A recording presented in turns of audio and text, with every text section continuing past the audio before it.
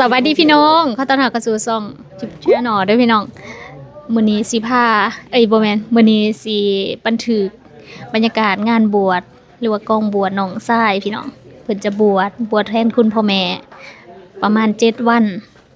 ก็เลยจะเก็บภาพมาพากพ่อแม่พี่น้องเด้อมื้อนี้เป็นบวชแทนบุญแทนคุณพ่อแม่เขาเจ้ามีความสุขความเจริญเด้อทำการค้าขายสั่งเฮ็ดเวียกนั่นก็รุ่งเรืองไปด้วยดิสาธุไม่ออกตัดเด้อตัดเจ้าก่อนเลยเอานี่ตัดเจ้าก่อนแม่ตัดก่อนจังพอมันจังนั้นให้พอตัดเดี๋ยวจังนั้นตัดต่อไปด้วยอันนี้เป็นขั้นตอนทำอิฐก่อนอื่นก็สิให้พ่อแม่ตัดผมลูกก่อนคนละ3 บาทโดยที่ว่าเริ่มจากแม่แล้วก็จากพ่อแล้วก็จังเอื้อยแล้วก็จังต่อพี่น้องคนต่อไปแต่ว่าอันนี้หันบ่ได้ตัดมื้อสุขคนดอกพี่น้องมีแต่ว่าพ่อแม่ตัดแล้วก็เอื้อยตัดแล้วก็แล้วเดี๋ยว FC บางคนก็สิงงอีกว่าพี่น้องทางใดเนาะก็คือเป็นพี่น้องทางพ่อทิพย์เด้อรุ่นปู่รุ่นย่าหาเป็นเอื้อยกับน้องกันจังซี่นะทิพย์กับเพิ่นนี่ก็เป็นหลานกับหลานคันสิเว้าแล้วก็สมัยเรียนหันพ่อแม่ทิพย์มาฝากให้อยู่นํเพิ่นแหละเรียนจนจบ5 ปีตอนเรียนมหาวิทยาลัยตอนนั้นผู้บวชนี่ก็ยังกินข้าวเองบ่เป็นเลยน้องๆนี่ยังน้อยๆอยู่ยังเรียนประถมอยู่จักปอได้ทิพย์ก็บ่จือแต่ว่าตอนนั้นยังน้อยแฮงทิพย์ยังได้มาป้อนเขาสอนหนังสืออยู่ได้เพราะว่าเอื้อยอายสมัยก่อนก็มีแต่เรียนกับเรียนแล้วเรียนอีกเรียนเรื่อยๆไปตอนนั้นก็ปลูกเฮ็ดและมาอยู่นำเพิ่นปลูกเฮ็ด3 ปีอันนี้เพิ่นกำลังหออุปสาอยู่พี่น้องทิพย์ก็บ่เข้าใจคือกันได้ปะหออุปสาแม่นหยังเคยได้ยินแต่ครูอุปสาครูบาที่ว่าบวชให้นะแม่นบ่พี่น้องทิพย์ก็บ่แน่ใจกองเสียกอะ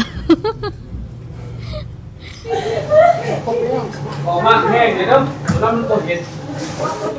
อันสุดท้ายจงไม่ใช่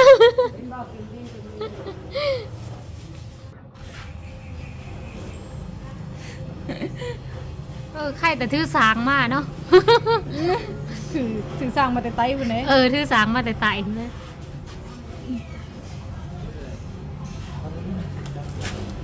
มันเป็นยังไง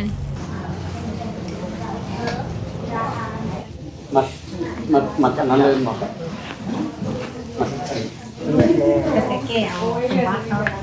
อันนี้น้องไผ่อันนี้น้องทรายนี่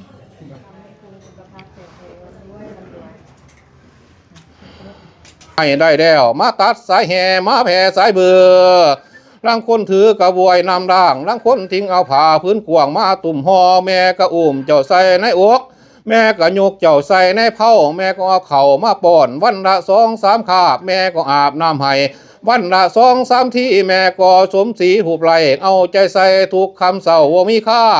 ขั้นว่าถึงฤดูปีใหม่มาหอดแดวฟ้าห้องแฝกเสียงลังแม่ก็อุ้มเจ้าใส่ในอกแม่ก็ยกเจ้าใส่ในอุ้มสาสูให้เจ้ากินนมแม่ก็ส้มดูแก้วขั้นเม่นเดียงใหญ่แดวพ่อแดนเด่นไปมาตามภาษาสีเด็กหน่อยอ่อนสาสอนหนาใหญ่เป็นคนแม่ก็คิดกังวลข้างแค้นนักงวงแน่นอยู่ในใจคิดอะไรบ่มีแดวอยากเอาลูกไส้แก้วมาบวชในศาสนาเจ้าก็อุตสาหะเข้ามาบวชสร้างพระนวดเป็นสัมมานีนเจ้าก็เฮียนสิกขาวดถ้าสาศีลธรรมอันวิเศษได้แดวบัดนี้อายุของเจ้าเข้าเขต20 ปีโบละบวนดีคักแน่ผงพ่อแม่จึงจัดหาบอกศรัทธาถึงญาติพี่น้องตามพวกพ้องเพื่อนมิตรสหายบางพองมีศรัทธาหลายไหลเสื้อศาสตร์เป็นของอาสนาบุนอนบางพองไหลผักอาจทั้งไตด้วยใจใสสุดขนาดควรเจ้านาคหากไปอยู่น้ำวังเลือกน้ำปลาก็ให้มาสามือนี้วันนี้ควรเจ้านาคไปอยู่นาต่างลาวก็ให้มาสามือนี้วันนี้ขวัญเจ้านาคไปอยู่น้ำทานอีสวนก็ให้มาสามือนี้วันนี้ขวัญเจ้านาคไปส้มซืนรอมสาวอ่อนหน่อยก็ให้มาสามือนี้วันนี้ว่ามาอยู่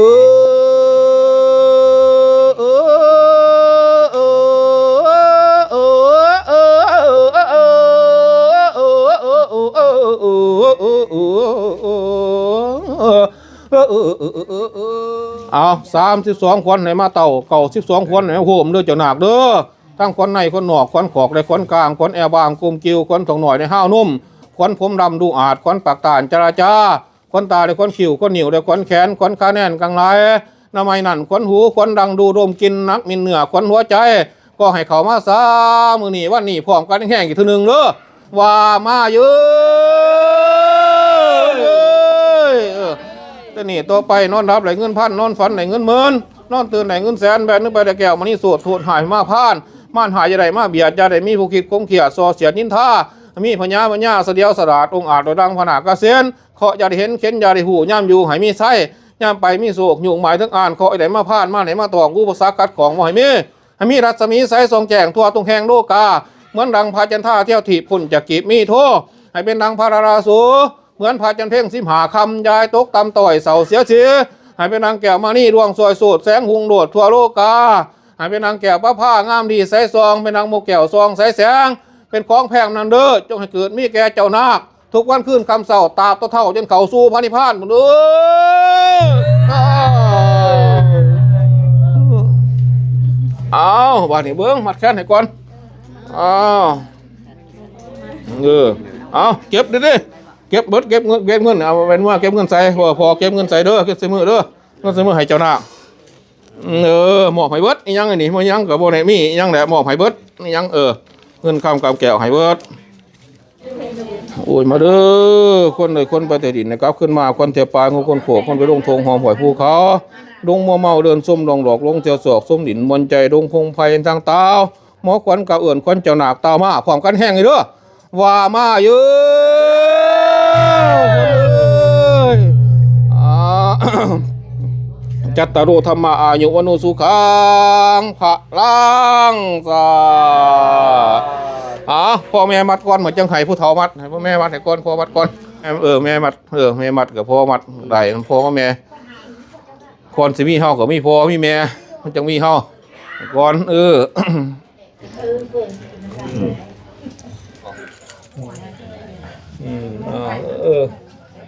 ว่าผู้คนอยู่รุมเสิร์ฟผู้ร้านเนี่ยเสิร์ฟคนเนี่ย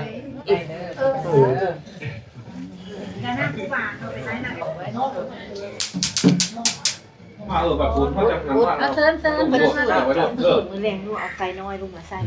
ตั้งอกตั้งใจเฮียนพระพุทธศาสนาเป็นบุญเป็นคุณเรียนให้จบเอาจากมือลูก10 มือ7 มือ10 มือได้พ่อแม่สมบูรณ์วัดปาตเขียนใบอนุญาตตั้งอกตั้งใจมีแต่สุขได้ป่ะนี่พอจะได้สิ้นดังๆไม่เอ่ยบ่ได้ยินฟังดังดูแม่ได้ใส่บวชดน7 ม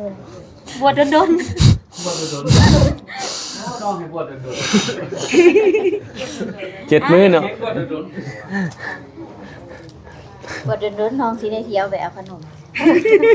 งานไปถึงมือเลยใช่ระวังแขวแมงนะว่าจะมือไปถูกมือไปได้ว่าจะมือไปเช็ดมือครูบาขอขนมฟรีผ่อนไว้ครูบาขอขนมขนมมาบันไดที่เป็นว่าบวชจะดูมือที่จะไม่เสียเรื่องดังเลยคอยเทียบมาแขนดูหรือว่าเอาขวัญดีเอาไว้ใช้ตอนนี้เป็นเวลา 11 โมงพี่น้องแขกอะมาลายละปัดเซินประมาณ700 กว่าจัดงานในเมืองนี่สบายแต่เรื่องอาหารการกินนี่นะส่วนหลายจะเป็นแบบบุฟเฟ่แบบนี้แหละพี่น้องจ้างหันอาหารมาจัดการหรือว่ามาลงเลยให้มันก็ปริญญาคนเฮาแต่งนะพี่น้องบางทีเฮาก็เสริมตัวได้ที่ว่าเฮาอยากเสริมเฮาก็เอามาใส่เติมกันซื่อๆแล้วก็เฮาบ่ได้ว่ายากมาแต่งกินอันนี้ก็คือการจะเสริมบางเมนูแล้วก็อย่างเช่นหมักไหม้บ่หรือว่าสลีต้มบ่ที่เฮาอยากเอามาใส่เพิ่มหั่นคือทิพย์กับญาตินี่เป็นผู้ไทยเด้อพี่น้องแล้วก็เวลาที่ว่าพี่น้องมาหากันนี่ต้องได้เอาเหล้าหับหั่นนะก็คือเอาเหล้ายินแต่ว่ามามื้อคืนเนี่ยพี่น้องว่าเฮ็ดบุญบ่เอาเหล้าก็ได้เอาน้ำหอมซีดเอาแล้วก็แม่น้องนิ้วหันโทรมาบอกพี่น้องตอนซ้ายมื้อนี้เพิ่นโทรมาบอกว่าแม่ทิพย์หาฟันมื้อคืนหลังจากที่ทิพย์มาฮอดนะแล้วเพิ่นก็นอนแล้วเพิ่นก็ฟันว่าพอทิพย์มาเวียงจันทน์แต่ว่ากลับเมื่อแล้วแม่ทิพย์ก็เลยถามว่าเอาคือกลับมาคือว่าไปเวียงจันทน์แล้วพอทิพย์ก็บ บอกว่ามาเวียงจันทน์หนาละแม่นบ่ได้กินข้าวไอ้ปินก็บ่สนใจไอ้ปินก็คือเจ้าของเฮือนผู้ชายนี่แหละพี่น้องว่าบ่ได้สนใจเลยบ่ได้เอิ้นกินข้าวแล้วเมียเรานี่ก็บ่ได้แต่งข้าวให้กินเพิ่นก็เลยเครียดเพิ่นก็เลยกลับเมื่อบ้านว่าซั่นเช้ามาก็คือมื้อนี้และแม่ทิพย์ก็โทรมาบอกแต่ว่าทิพย์หันบ่ได้รับสายทิพย์ปาโทรศัพท์ไว้แล้วก็แม่น้องนิวหรือว่าน้องสาวทิพย์โทรมาบอกอ้ายทิพย์และอ้ายทิพย์ก็มาเว้าสู่ฟังแล้วทิพย์ก็เลยไปบอกพี่น้องแล้วก็จึงได้พากันออกมายินเราซึ่งมื้อนี้เป็นมื้อเฮ็ดบุญพี่น้องก็เลยบ่ยังยินเราอยู่ในเฮือนก็เลยออกมาอยู่นอกหัวพี่น้าได้มาขอบมาบอกขึ้นพี่น้องเอ้ยแล้วก็ได้เฮ็ดต้นน้ำพอทิพย์เนาะพี่ทามพี่น้องต้นเฮ็ดบุญน้ำเพิ่นต้นนึงเวลาที่ทิพย์หรือว่าญาติพี่น้องมาแต่ละเทื่อปกติพี่น้องจะเอาเหล้าหับได้แต่ว่าเทื่อนี้แล้วแม่นเพิ่นเฮ็ดบุญเพิ่นก็เลยว่าเอาน้ำหอมศีลเอาแต่ว่าบ่แล้วคือดังที่เห็นนี่แหละพี่น้องเอ้ยตอนฉลองปีใหม่2024ต่อ25นะพี่น้องแม่ทิพย์ก็เคยเป็นตอนนั้นก็หายให้ทิพย์ว่าทิพย์ไปไสก็บ่เอิ้นบ่บอกบ่กล่าวนะอยากไปแล้วก็ไปโลดเทื่อนี้ก่อนสิมาเวียงจันทน์ทิพย์ก็บ่ได้ไปขอบเลยทิพย์ก็เลยเอิ้นในรถว่าสิไปเวียงจันทน์เด้อเพราะบ่ให้ทวงให้ตื่นแต่ว่าสุดท้ายพัดมานำทิพย์พี่น้อง พอทิพย์ก็อยากมาเวียงจันทน์อีกโอ้ยทิพย์ละว่าขอบซื่อๆว่าสิมาเวียงจันทน์บ่ฮู้ว่าเพิ่นก็มานำได้นี่พี่น้องหลังจากกินข้าวแล้วก็ตอนนี้แห่นาคไปบวชพี่น้องเพื่อนกับวัดกับบริใกล้กันเนาะย่างไป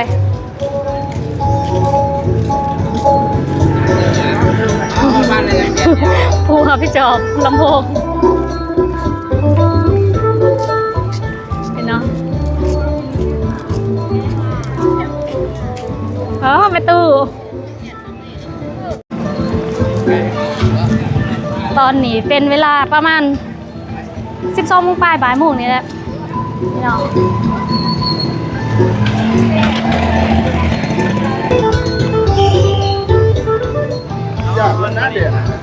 มาตอบแดดเหยียบส่วนวัดโพนปะเป่าเอาวัดแล้วยังว่าบ่หอด10 นาทีก็หอดละวัดวันที่จะบวชก็คือวัดรัตนไสยารามบ้านโพนปะเป่าซึ่งมีผู้บ้าที่ว่าเพิ่นเดินทางมาจากตะแล้วนำพี่น้องที่ว่าเจอกันอยู่บุญนู่นกูเพิ่นก็เดินทางมาหวมคือกัน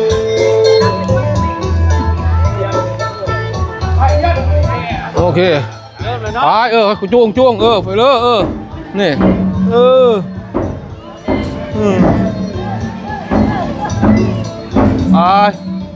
สาเยอะ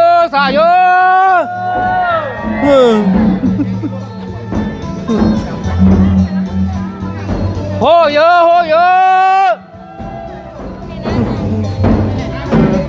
ฟีเดอร์ฮะคนเสียมพูดแล้วคนพวกหยับเสียมก่อนพี่เด้อซาเยอะ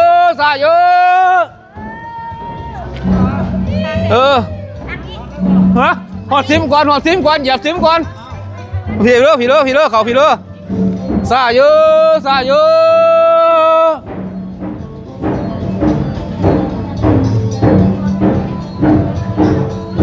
บดเกือบเลย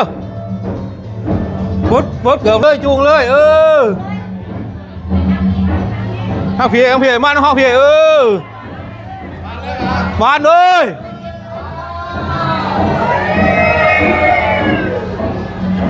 ซาเยอะ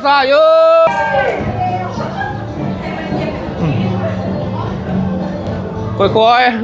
ตรงไว้โหเยอะ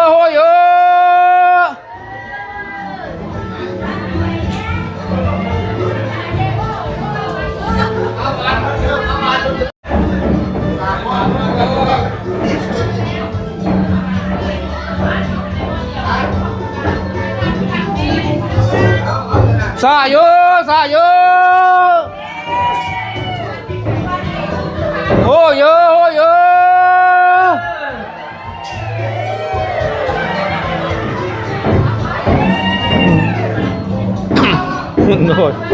โอ้ยวุ่นหน่อยหน่อยซาเยอะ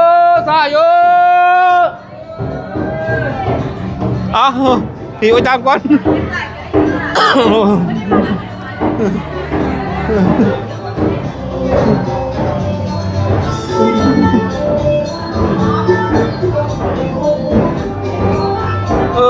ใส่ สาโยสาโย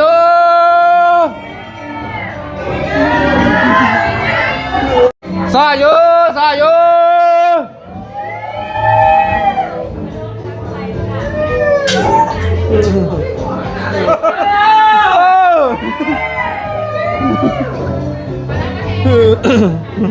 สาโย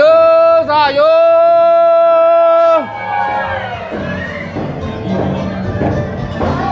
โอ้โยโย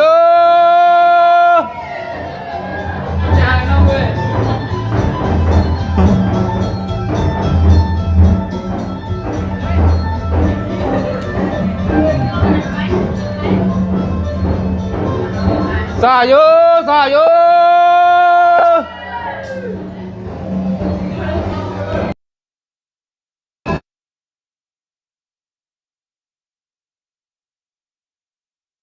พี่ขึ้นพี่มาป้าตัวนี้ป้าไอพอซะตัวนี้ถือไอป้าไอพอจ่อพี่มาเอาคันหาวะคันหาดิมีคันหาวะนักคันหาลงไป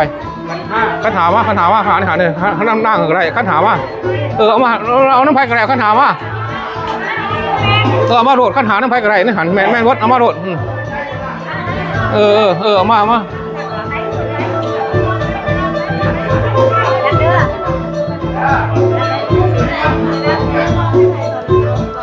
นั่งลงยังไงเหรอนั่งลงพุทธะวานังพุทธะขน่อยบูซาธรรมะขน่อยบูซาสังฆะขน่อยบูซาลาบูพังอาหังวันทาพุทเทสามิสาธุพี่วันนี้มาบุงเด้อมาเด้อไว้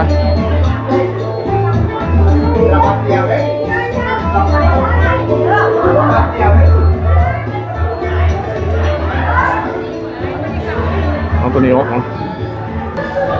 โอ้ยกราบลงโดยกราบลง3 เทื่อโดยกราบบอกของลุงเด้อปงหวานก่อนครับ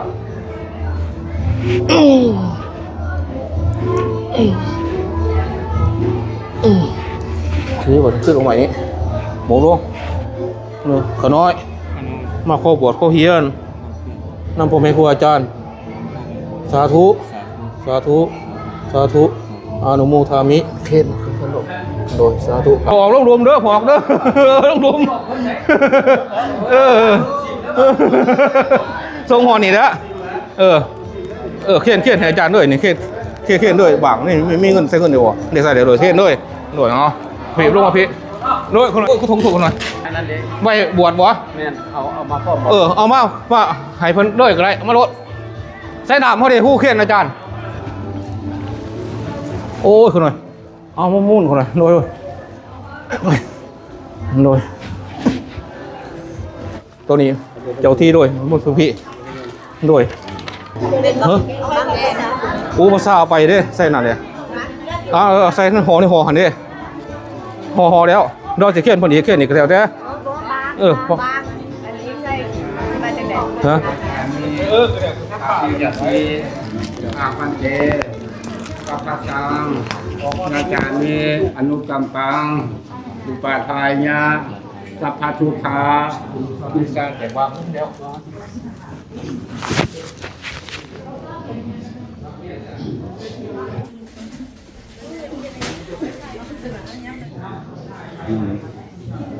การสั่งเพื่อการนี้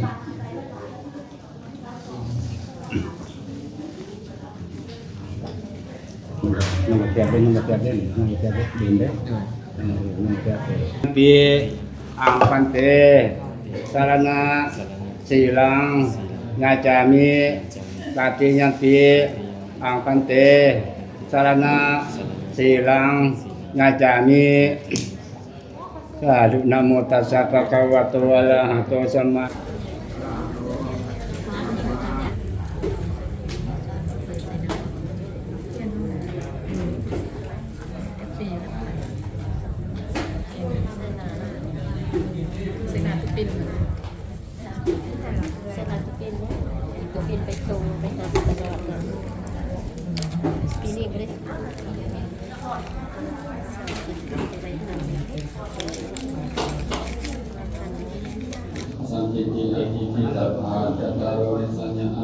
คือกัน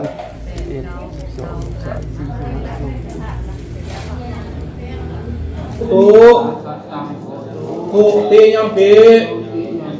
ตาติยัมปิภิกขุสังฆสาถวายแด่พระภิกษุสงฆ์ขอพระสงฆ์เจ้าจงรับ ติยัมปิอิมังอัญญคโตเนนะโตอธิษฐานิกาติยัมปิอิมังอัญญคโตเนนะโตอธิษฐานิ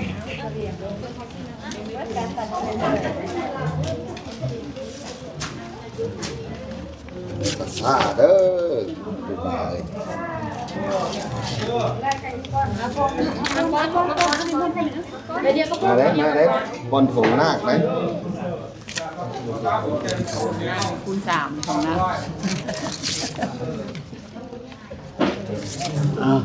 พอบายในห่างนั่งนี่พอบาย สองก็ได้ใบสบายได้เลย มาเด้อ ตาเหลืองอะไร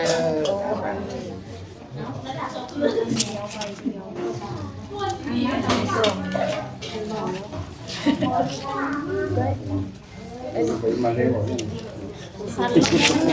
มันยังบ่ยังมีเด้ คือเด้แบบนี้นะ ระบายให้ไหน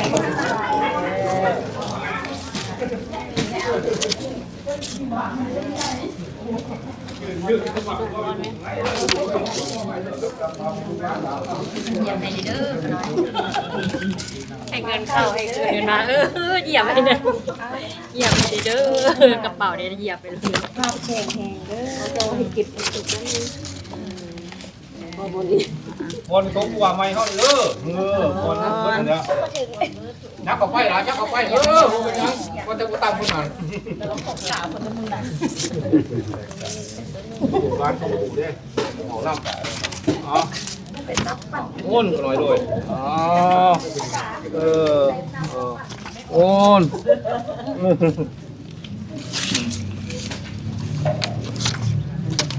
โอนอ๋อ ว่าอะไรแล้วผ่านเด้อไปแล้วแท้พันท้ายได้ วันละแสนคนที่หาย เกียดวะมันเขาเกียดเลย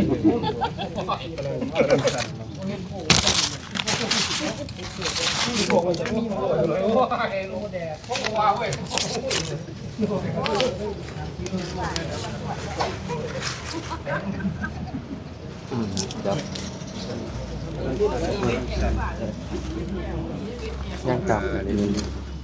ใส่เกือบเลยหอนเลย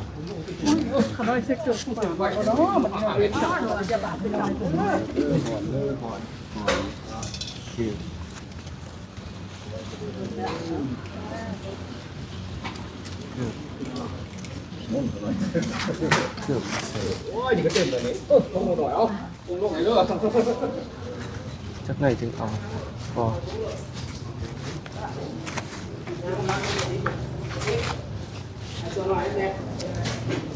มันไม่ปะ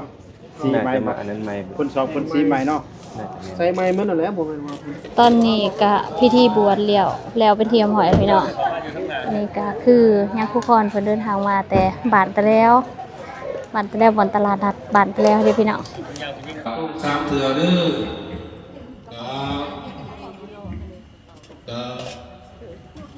กะ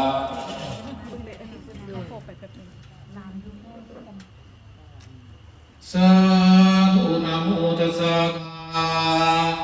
ภะคะวะโตอะระหะโตสัมมาสัมพุทธัสสะอะระหังคัสสามิธัมมังคัสสามิทุติยมปิธัมมังอายุวัฏ ต่อไปตั้งจิตตั้งใจสดับรับฟังพระสัทธรรมเทศนาเพื่อเกิดสติปัญญาในการรับฟังการที่จะได้สดับรับฟังพระสัทธรรมเทศนาเนี่ยก็เป็นเรื่องที่ยากดังนั้นวันนี้ทางเจ้าภาพเจ้าศรัทธาเป็นมีจิตศรัทธาได้ตามความบวชโดยบวชเอา ลูกชายของเพิ่นนอกจากกองบวชแล้วก็มีทั้งกองอัฐะเพื่ออุทิศส่วนบุญส่วนกุศลไปหาดวงจิตวิญญาณผู้ที่มีพระคุณแก่เฮาห่างไกลออกจากอบายมุขต่างๆบัดนี้ทั้งนั้นพ่อแม่ได้บัดนี้ก็เป็นการดึงเอาพ่อแม่ได้เนาะเขาสู่ศีลสู่ธรรมได้ออกมาเพิ่นเอิ้นว่าการตอบแทนบุญคุณของแม่ของพ่อของแม่นั้นหมายความว่าดึงเอาพ่อแม่ออกจากอบายต่างๆเห็นบ่วันนี้ลูกเขาก็บวชแล้วก็เอาแล้วเนาะมีอะไรก็อุปถัมภ์ขับสู้ไปจังหันจังเพศเลยเป็นห่วงลูกในเมื่อว่าเขาไปสั้นแล้วก็มีโอกาสได้ฟังธรรมเนาะมีโอกาสได้ฟังเทศน์ฟังธรรมมื้อนี้นะนี่กันบวชนี่บ่ได้ฟังได้นี่เนาะ หาโอกาสยากที่จะมาเทศน์ให้ฟังได้นี่สบายดีตอนเช้าพี่น้องเมื่อคืนนี้ทิพย์ลับแต่หัวเว้นเมื่อยแห้งตอนนี้เสื่องเสาเป็นตอนใส่บาตรครูบาเพิ่นกำลังมา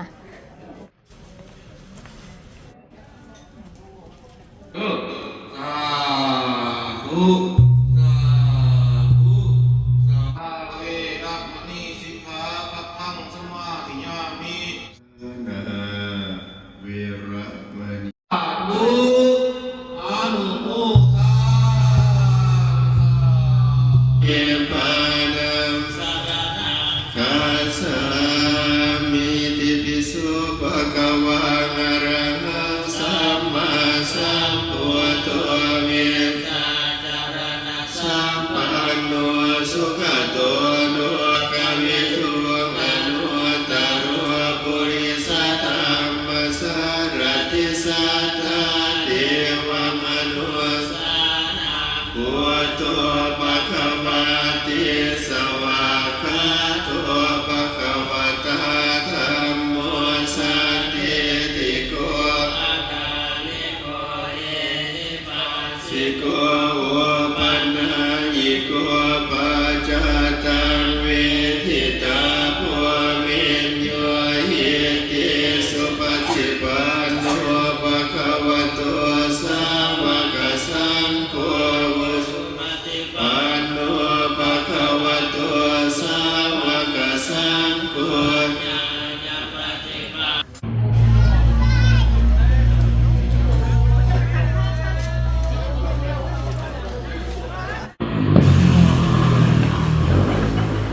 ส่วงท้ายภาพได้วันนี้ตอนสุดท้าย ตอนนี้กำลังคนเครื่องเอาบุญที่จะไปวัดพี่น้องคนไปแน่ละแล้วก็ไปตั้งอยู่พุ่นเนาะสิทายหูอยู่พุ่น ต่อเนื่องความไม่ได้ลงลุกเลย โอ้ยยืดสูงบอดเอาลงอีก เจ้าอยู่ทั้งหัวนะคอยจะกินนะ ขึ้นเป็นขี้ลังพ่อเอ๋ยลูกก็ไว้ขี้สร้างตั้งหุ่นเป็นพญาได้ขี้คู่ของบิดากะว่าเพียงพอแล้วจากเสียหายยังแล้วมาเทมคู่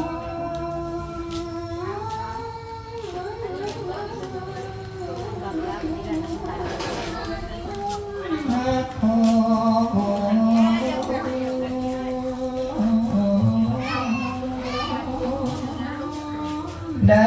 กอดคอของอีพ่อเป้าวัดใจสิ้นหาความเศร้าคิดเห็นพ่อแม่เมาหยอกเด็กนี่เป็นเรื่องความจริงใส่เดือดเยี่ยมก็คือการพันแม่ก็คือพ่อ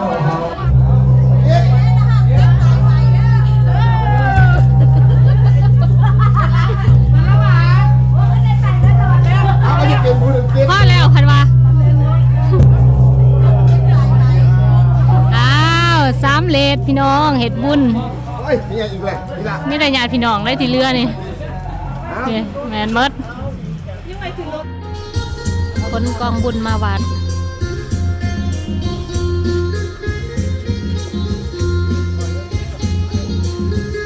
เรียบร้อยแล้วพี่น้องงานบุญบวชน้องทรายกองบวชบรรยากาศพุทธาประจำอยู่วัด ลอยข้อนี่พี่น้องเรียบร้อยเหตุผลที่มาเวียงจันทร์พี่น้องมาห่วมงานบุญกองบวชน้องทรายสำเร็จเรียบร้อยตอนนี้ค่ะเก็บภาพเมื่อพักพ่อแม่พี่น้องขอให้ได้บุญนำกันเด้อพี่น้องสุขดีปีนี้แล้วก็ปีหน้าปีต่อไปอุปสรรคใดๆก็ขออย่าให้เข้ามาในชีวิตเด้อลาบลื่นเมื่อสู่การสู่งานของพ่อแม่พี่น้องเมื่อสู่คู่สู่คนพี่น้องมีแต่ความเจริญมานี่สลากินนี่ดีกว่าสิจบไว้เพียงเท่านี้นะพี่น้องสิได้เปลี่ยนสุดก่อนเจอกันใหม่ในคลิปหน้าสวัสดี